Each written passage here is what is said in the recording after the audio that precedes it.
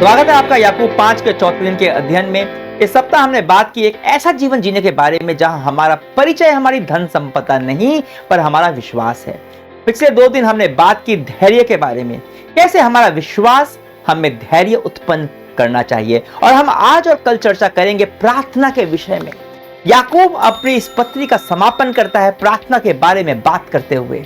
याकूब 5:13-16 में याकूब कहता है, सुनिए, यदि आप लोगों में से कोई कष्ट में हो तो वह प्रार्थना करे, कोई प्रसन्न हो तो भजन गाए, कोई अस्वस्थ हो तो कलीसिया के धर्म वृद्धों को बुलाए और वे प्रभु के नाम पर उस पर तेल का विलेपन करने के बाद उसके लिए प्रार्थना करें। वह विश्वास पूर्ण प्रार्थना रोगी को बचाएगी और प्रभु उसे खड़ा कर देगा। यदि उसने पाप किया है तो उसे क्षमा मिलेगी। इसलिए आप लोग एक दूसरे के सामने अपने अपने पाप स्वीकार करें और एक दूसरे के लिए प्रार्थना करें जिससे आप स्वस्थ हो जाएं। धर्मात्मा की भक्तिमय प्रार्थना बहुत प्रभावशाली होती है। याकूब जीवन की अलग अलग आवश्यकताओं के लिए प्रार्थना के बारे में बात कर रहा है। अब कष्ट में है, तकलीफ में है, कुछ बुरा हो रहा है जीवन में तो प्रार्थना कीजिए। प्रसन्न है तो भजन गाए, पाप हो गया तो प्रार्थना करें, जब आप बीमार है तो प्रार्थना करें। हर परिस्थिति में प्रार्थना करें। वास्तव में हम जब खुश होते हैं तो हम प्रार्थना करना भूल जाते हैं और फिर जब कष्ट आता है तो प्रार्थना करने से कतराते हैं, क्योंकि हमें अपराध बोध होता है। लगता है, सोचते हैं, तकलीफ हुई थी तब तो प्रार्थना किए नहीं, आप करें। परमेश्वर इंसान नहीं है जब वह बुरा मानकर बैठ जाए और बोले कि क्यों अब आए हो, जब जरूरत पड़ी तब आए हो। परमेश्वर ऐसा नहीं करेगा। सच्चाई यह है कि जब कष्ट आता है, दुख आते हैं, तब हम परमेश्वर के और करीब आ पाते हैं और परमेश्वर के साथ हमारा जो संबंध है, जो प्रार्थना का जीवन है, वो और सशक्त होता है और फिर वह आदत बन जाता है। कई बार जब हम कष्ट की शुरुआत होती है तो पहले हमसे जो बन पड़ता है, खुद से हम वो सब कुछ वो करते हैं और जब देखते हैं कुछ भी काम नहीं कर रहा, हमारी चेष्टा सब बेकार जा रही है, तब हम प्रार्थना करते हैं। जबकि कुछ भी हो, हमारा पहला काम होना चाहिए प्रार्थना, हर परिस्थिति में। सच्चाई तो यह है कि हमारा एक एक पल परमेश्वर के ऊपर निर्भर है, हमारी एक एक सांस उसके ऊपर निर्भर है। तो अगर किसी को कोई तकलीफ है, कष्ट है, समस्या है, अभी प्रार्थना करें, परमेश्वर से बातें करें। 16 आयत के अंत में याकूब कहता है, धर्मात्मा की भक्तिमय प्रार्थना बहुत ही प्रभावशाली होती है। इसके बारे में विस्तार में हम कल बात करेंगे, पर मैं आपको याद दिलाना चाहता हूं कि आप धर्मात्मा हैं। इसलिए नहीं कि आपने कुछ अच्छा किया है, पर इसलिए क्योंकि यीशु मसीह में परमेश्वर ने आपको धर्मात्मा घोषित किया है। तो विश्वास के साथ प्रार्थना करें। याकूब कहता है, कोई प्रसन्न है तो भजन गाएं, स्तुति गाएं, प्रशंसा के गीत गाएं, उसे बताएं अपने गीतों के द्वारा कि आप कितने कृतज्ञ हैं। आपके जीवन में कुछ अच्छा हुआ है तो उसके लिए धन्यवाद दीजिए, अपना आभार व्यक्त कीजिए। क्या कर चुके हैं, कोई बात नहीं, दोबारा कीजिए, फिर से कीजिए, बार बार कीजिए। फिर 14 आयत में याकूब कहता है कि अगर कोई रोगी है तो कलीसिया के धर्म वृद्धों को बुलाए और वे प्रभु के नाम पर उस पर तेल का विलेपन करें और उसके लिए प्रार्थना करें। अब धर्म वृद्ध का मतलब कोई ये नहीं बूढ़े लोग, 80 साल वाले नहीं। यह केवल शब्द है उन लोगों के लिए जो विश्वास में बड़े हैं, अगवे जो हैं, उनको बुलाइए आपके लिए प्रार्थना करने के लिए, तेल का विलेपन करके प्रार्थना करने के लिए। अब यहां याकूब खुद प्रार्थना करने के लिए क्यों नहीं कह रहा कि जब कोई बीमार होता है उसे कोई चाहिए साथ में। बीमार व्यक्ति को अकेला नहीं होना चाहिए। हम भी अपने कलीसिया में यही करते हैं, कोई बीमार होता है या हो जाता है तो प्रार्थना करते हैं। अब अगर आप बीमार हैं तो आपको किसी को बुलाना पड़ेगा। ऐसा ना हो कि आपने किसी को बुलाया नहीं, किसी को बताया नहीं कि यह बीमार है, अकेले अकेले पड़े हुए हैं और फिर बोलें कि कोई आया ही नहीं।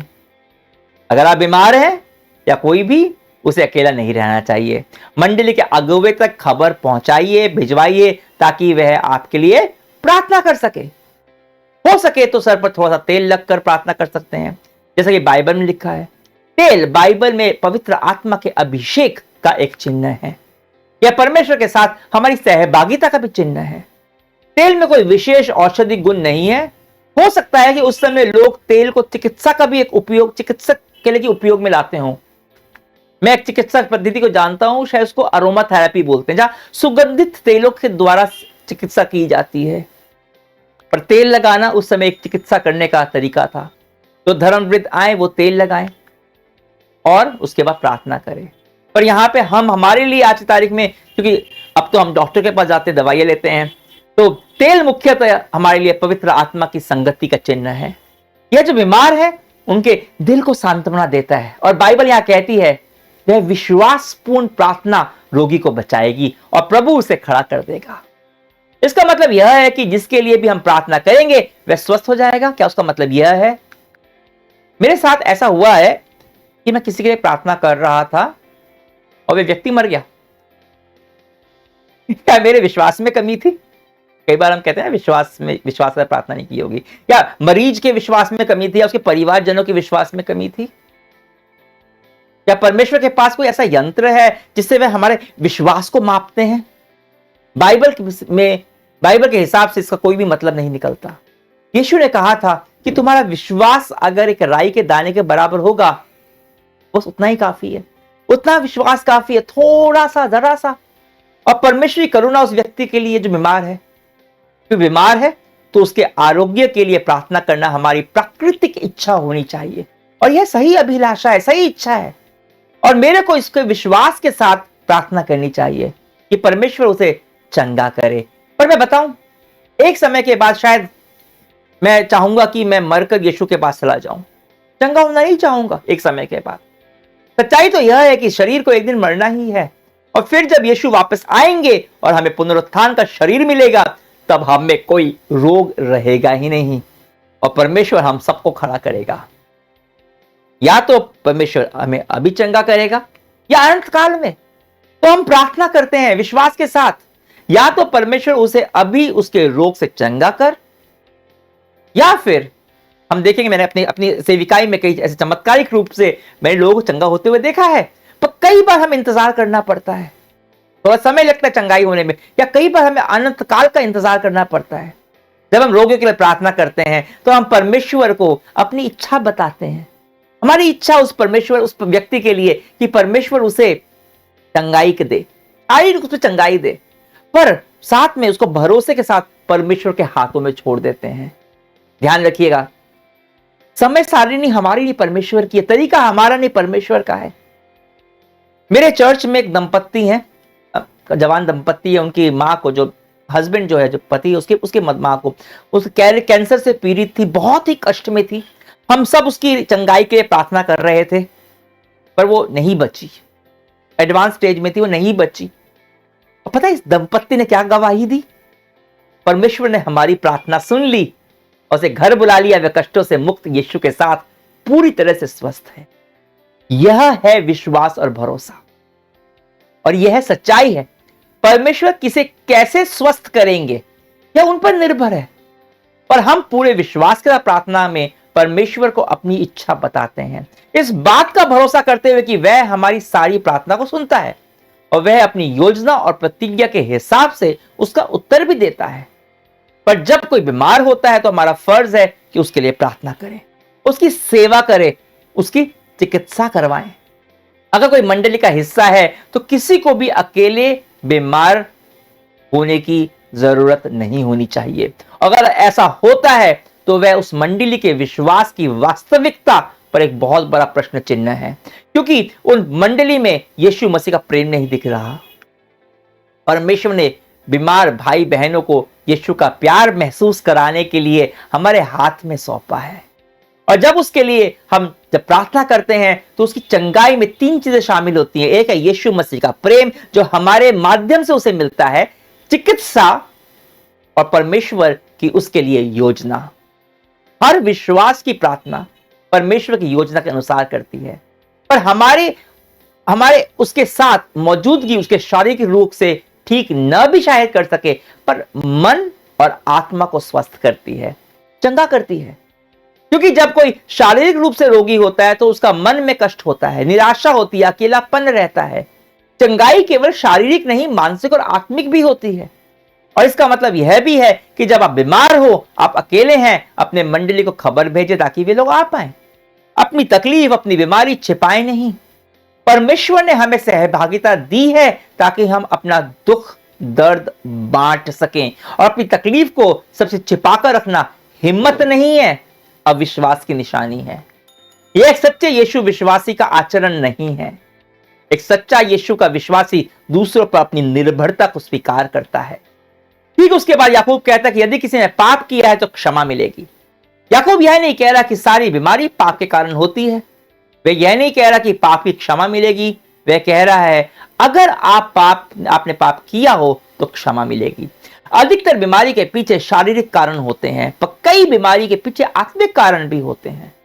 कई बार किसी पाप के कारण व्यक्ति बीमार होता है, बीमार रहता है, पर जब पाप को स्वीकार करते हैं और परमेश्वर की क्षमा का अनुभव होता है तो वह व्यक्ति स्वस्थ हो जाता है। मैं देखा अपनी सेविकाई में, पाप स्वीकार करने का मतलब है परमेश्वर को से साफ दिल से स्वीकारना कि मैंने ये गलत किया है, मुझसे ये पाप हुआ है, और उससे कहना कि मुझे माफ कर। अब ऐसा भी नहीं है कि आपको जुकाम हुआ है और आप छींक आ रही है और आप सोचे हाय मैंने जीवन में कौन सा बड़ा पाप कर लिया। कैसे हम अपने पाप को स्वीकारते हैं? कैसे हम जानते हैं कि हमने कौन सा पाप किया है? जब परमेश्वर आपको अपने पाप को लेकर प्रतीति देता है। अगर आपको अंदर में यह महसूस होता है कि मैंने शायद कुछ गलत किया है, मैं दोषी हूं, पता नहीं क्या किया है, समझ नहीं आ रहा, तो यह परमेश्वर नहीं है, यह शैतान आपको अपराधी महसूस कराने की कोशिश कर रहा है। याद रखिए, परमेश्वर कभी भी ऐसा काम नहीं करते। परमेश्वर पाप को अंधेरे से उजाले में लेकर आते हैं, बिल्कुल साफ।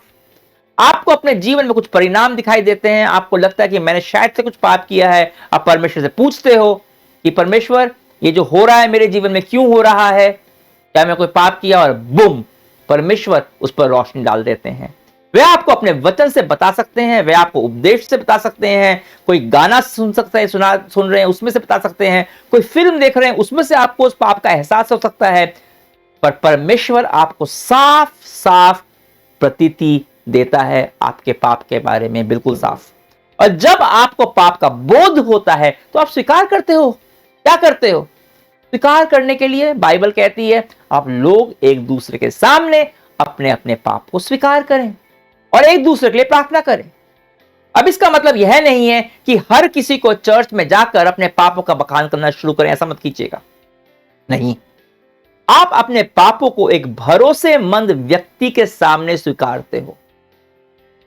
एक ऐसा व्यक्ति जो आप पर दोष ना लगाए, आपका विचार ना करे, वो आपको समझेगा, आपके पीछे जाकर आपकी वो निंदा नहीं करेगा, बुरा भला नहीं बोलेगा आपको, पर आपके लिए प्रार्थना करेगा। और जब आप पाप स्वीकार करते और प्रार्थना करते हैं तो परमेश्वर केवल आपके पापों को क्षमा ही नहीं करते, क्षमा तो पहले ही कर चुके हैं क्रूस के ऊपर, पर वह आपको नए तरीके से जीवन जीने के लिए सामर्थ्य भी देते हैं।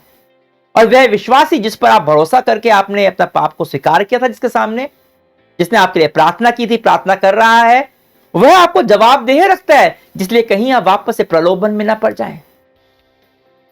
विश्वास का जीवन अकेले जीवन जीने के लिए नहीं है, पर एक दूसरे के सहारा, एक दूसरे को सहारा देते हुए, एक दूसरे के लिए प्रार्थना करते हुए आगे बढ़ने के लिए है। और हम अभी विश्वास में प्रार्थना करेंगे हमारे हर उस प्रियजन के लिए जो शायद अभी बीमार है। हो सकता है आपको एक कष्ट हो। हमारी प्रार्थनाएं प्रभावशाली हैं, याद रखिएगा, कि प्रभु यीशु मसीह में हम धर्मात्मा हैं। आइए विश्वास के साथ प्रार्थना करें। परमेश्वर तेरे पास आते हैं जैसे एक बालक अपने पिता के पास आता है, अपनी दिल की इच्छा को तेरे सामने प्रार्थना में रखते हुए। उस व्यक्ति के लिए जो आप जानते हो कि बीमार है, चाहे जो सुन रहा है मुझे, चाहे वो बीमार है, पूरी नम्रता के साथ तेरे पास आते हैं। हम जानते हैं कि तू चंगाई देने वाला परमेश्वर है और तू इसे पल भर में चंगा कर सकता है। पर परमेश्वर, हम तेरी इच्छा जानना चाहते हैं उस व्यक्ति के जीवन के लिए। परमेश्वर, उसकी चंगाई के लिए निराशा के साथ नहीं, पर आनंद जीवन की आशा के साथ प्रार्थना करते हैं। इस बात को समझते हुए केवल यही जीवन सब कुछ नहीं है, पर तेरी योजना बहुत उत्तम है। हम प्रेम पूर्वक उस व्यक्ति को तेरे हाथों में सौंपते हैं, अपने आप को तेरे हाथों में सौंपते हैं, तेरे पर भरोसा करते हैं। यीशु मसीह के नाम से प्रार्थना करते हैं, आमीन।